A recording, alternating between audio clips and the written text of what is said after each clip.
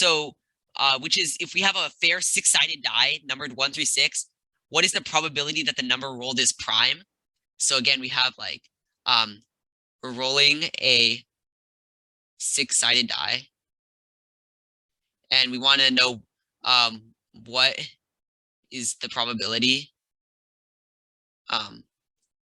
that that we roll a prime number.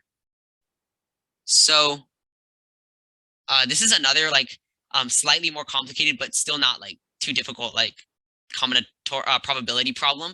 So again, what we want to do is we want to find the number of successful outcomes divided by the number of possible outcomes. So here we see again that the number of like possible outcomes, usually that's the easier one to calculate, like the denominator of the probability formula. So like there are 6 possible outcomes because the die can land on any number from 1 through 6. So now we need to count how many successful outcomes there are. So if we were to roll a prime number, we notice that the only prime numbers from 1 through 6 are 2, 3, and 5. So that's going to be 3 possible prime numbers. You would do like 3 divided by 6, and that would be just 1/2. So that means the probability of rolling a prime number would be 1/2.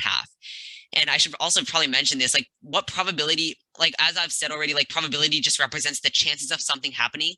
But like, of course, this doesn't mean like this doesn't mean like it's guaranteed to be like this. Like just because I roll a die like 10 times, for example, doesn't mean exactly half of them will result in a prime number.